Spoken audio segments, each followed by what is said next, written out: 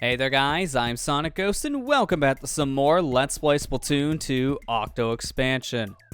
Last time, we started to make our way down the sea line and we got ourselves the third of the four things. Not much left for us in Deep Sea Metro, but there's still a good amount of levels for us to explore here. Speaking of which, let's go ahead and make our way to our next level. Do it with some style in the McFly Station.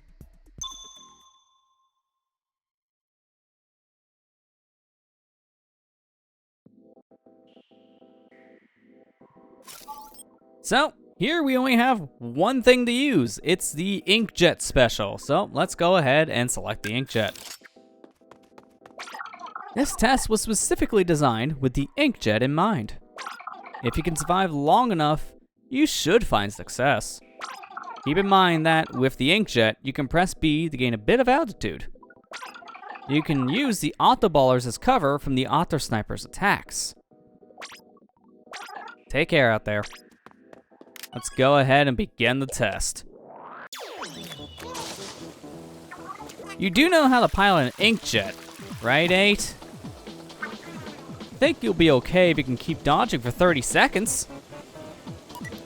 Answer your question, Pearl. I would hope I know how to use one of these things at this point, because we've done so many missions with the inkjet, so I think I'm good. Our egg pack spotted. Go ahead and grab it, but now we can see a sniper appearing in the field. Take him out, and now it's not much of a problem. Just a bit longer. Yeah, about 10 seconds to be exact. Power egg pack spotted. Enemies are also spotted. But we're good. Just dodge things, and oh, you've gotta be kidding me. I bounced back into the ball. Trying to dodge a snipe shot caused me to hit a ball. Apparently, I don't know how to use an inkjet, Pearl, because now I'm here again. At least we've got 3 lives with this mission, so that's more than enough attempts to make our way through this. Noticing a lack of vulnerabilities with these Octo balls. In the main campaign of Splatoon 2, these balls had Octarians popping out the top that you could shoot, but here, they're not giving us any openings at all, so these guys are very well hidden inside. What just hit me? I can't tell if it was the ball or maybe the sniper shot. I think it was just a piece of the ball. These hitboxes are deceptively big. Didn't even look like it was close. Greed is starting to get me here. Trying to get these power egg packs is not recommended if you're not the best with nimble movement with inkjet, and it's really just not worth it. You don't really get as many points as you're sacrificing by having to restart this if you lose all your lives. It's only 25 per pack, so it's a total of 50 extra points in the mission. Not the biggest deal, but I am very greedy, so I want points. Trying to destroy these guys in the limited time I got. And I did it. Test has been passed, and there are no witnesses. Take out all of the sniper witnesses. But with that, we have cleared McFly Station, so no need to come back to the station. It's already now 100% complete with our first visit. So now with that, let's go ahead and take a look at the mem cake we just got from McFly Station. It's a drizzler. A sudden drizzle bars my way. It's no hour for this shower, but light rain won't ruin my day. Light rain won't. A downpour because of multiple drizzlers. Yeah, it's a different story. These guys can either be, it's kind of a nuisance since Amaran, or they could be your worst nightmare if there's multiple ink clouds on the map. So it's kind of best to deal with these guys as soon as you can before they overwhelm you in a game, but for the most part, that description is pretty accurate. Nice little memcake design here because it looks more like an umbrella than a creature in the set umbrella, so I think it does a good enough job at showing the design itself. Let's go ahead and move on to our next level here. As I see it, yes, in the Bodacious 8-ball station.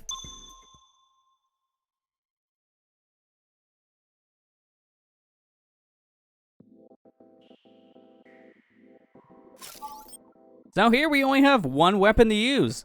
Only the blaster. No sub. Interesting. Let's go ahead and select the blaster. Here you must chase after the 8-ball and ink the switches as fast as you can. If the ball falls off the side, you'll fail. If the ball stops on a rail, shoot it with your blaster to get it moving. Be aware that the cushions will absorb some of the 8-ball's speed. Take care out there. Go ahead and begin the test.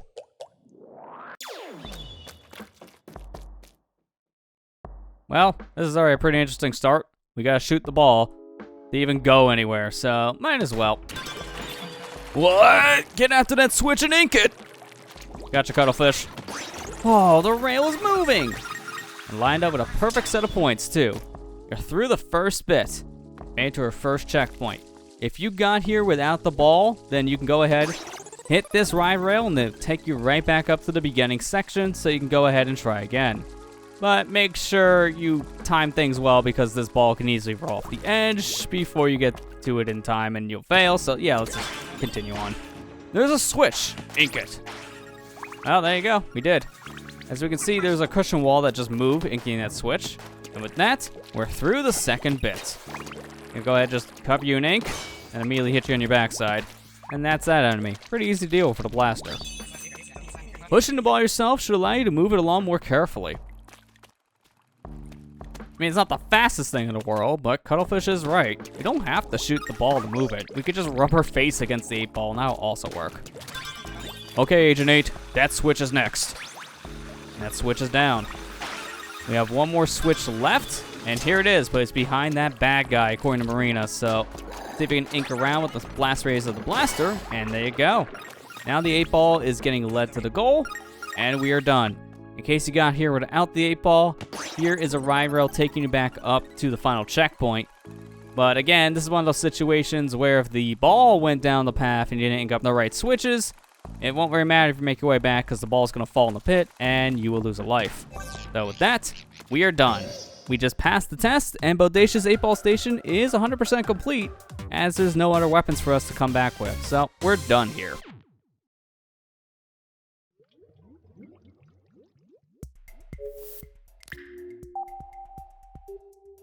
Getting a lot of short stations right now.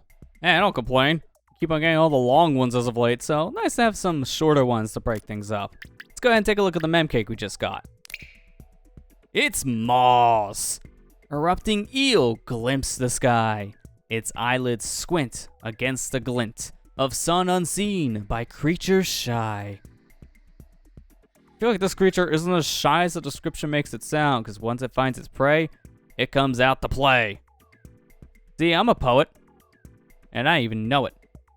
Moths are really not fun to deal with in Salmon Run. These things are probably the one enemy that can blindside you probably the most often, just because of how they're hiding in the ink and just popping out of nowhere in a blink of an eye's notice. Always an issue when moths swarm you. Not my favorite enemy type. Nice little mem cake though. Kinda almost looks like maybe like an alligator from the top. A little weird of a design just for that reason, but I do like it. Nice little mem cake. Let's go ahead and continue on with our next level here. And it looks like the short rounds are over because this one has 3 weapons. Round, round, round, round in the right round station.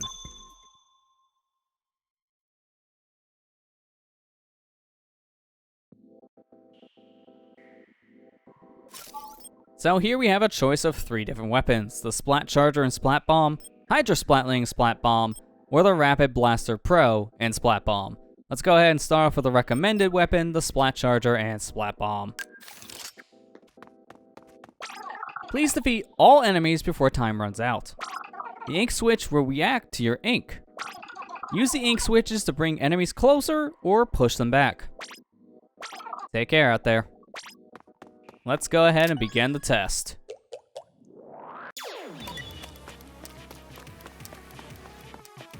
There's a lot of enemies. We only have 2 minutes. I'm gonna explore a little bit first because doing so, we're rewarded.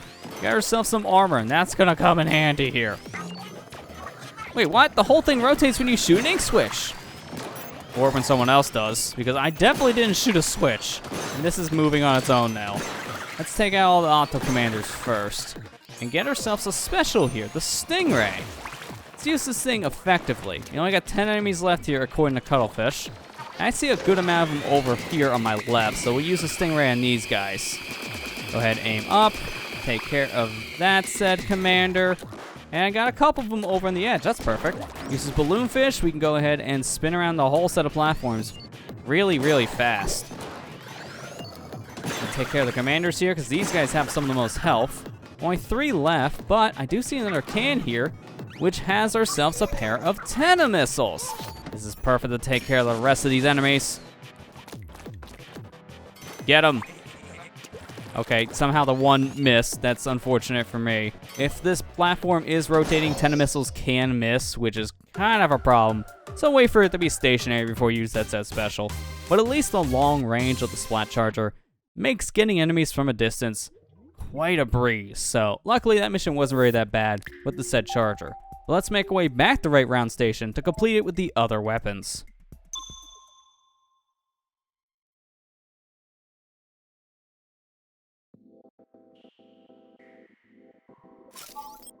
So, back here in Right Round Station, it's time to level up our game from one long range to another. Let's pick the Hydra Splatling this time around. The biggest issue I'm going to have with this mission now with this said weapon is the charging time.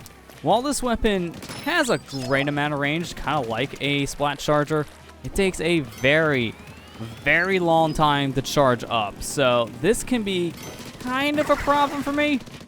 So we're gonna have to play things very carefully in a lot of areas. I can see someone here charging up, trying to attack me. I don't think I can reach him from here. He can easily reach me though, that seems a little unfair. We got some of these commanders on the way around. I'm only tapping these switches for now because I don't really need the whole station to rotate around at max speed. That is something I'm trying to avoid if I can right now. Speaking of avoiding, gotta avoid your shots. And now I can take you out. I missed the Stingray, unfortunately, but I should be okay without that specific weapon.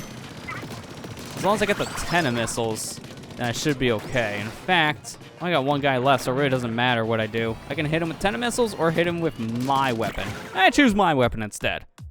So there you go. That's the test pass for the Hydra Splatling. Let's go ahead and make our way back one more time to complete this mission with the Rapid Blaster Pro.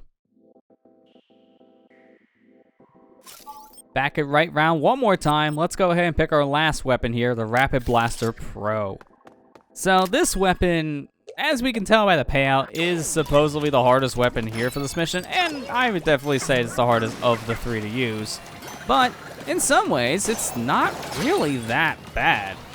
Mainly because of the blast radius of the Rapid Blaster Pro, making a lot of these enemies a lot easier to deal with, and it really does help in this mission that we have something like all these balloon fish around certain enemies, so we can do some extra damage. That makes a pretty big deal.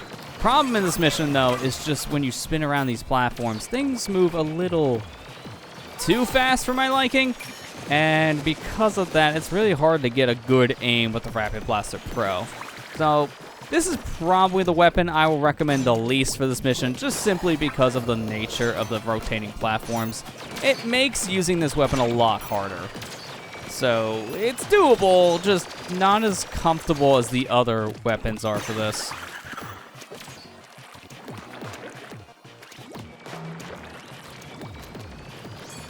Let's see if I can hit this guy from a distance with my shot, and I think the rest of these guys I might be able to get by just using the Stingray. So I'm going to try to do what I can to clean up things here before using the said weapon. And it's not looking great. Okay, you know what? We're just going to use this thing right now. I was trying to see if I could avoid using it for a little bit longer, but that didn't really work in my favor. I can just take care of you with the Stingray. There you go. We're good. If I didn't hit him with the Stingray, then time might have been an issue, but there you go. Right Round Station is complete. Didn't use any of the splat bombs from any of those weapons, and that's really just because, honestly, splat bombs, they don't really make sense for a mission like this. All the weapons are long range. Splat bomb, yeah, you're lucky if it goes maybe 3 feet in front of you in that kind of a mission. So, yeah, probably just don't use the bombs in any of the kits. Just use the long range of each one of the weapon types. But now with that station complete, let's go ahead and take a look at the mem cake we just got. It's the Steel Eel. The hunt leads down a winding path, tightly coiled and well oiled. These dirty squids could use a bath. I don't think I want a bath from this thing. Although it looks a little more confused than the mem cake.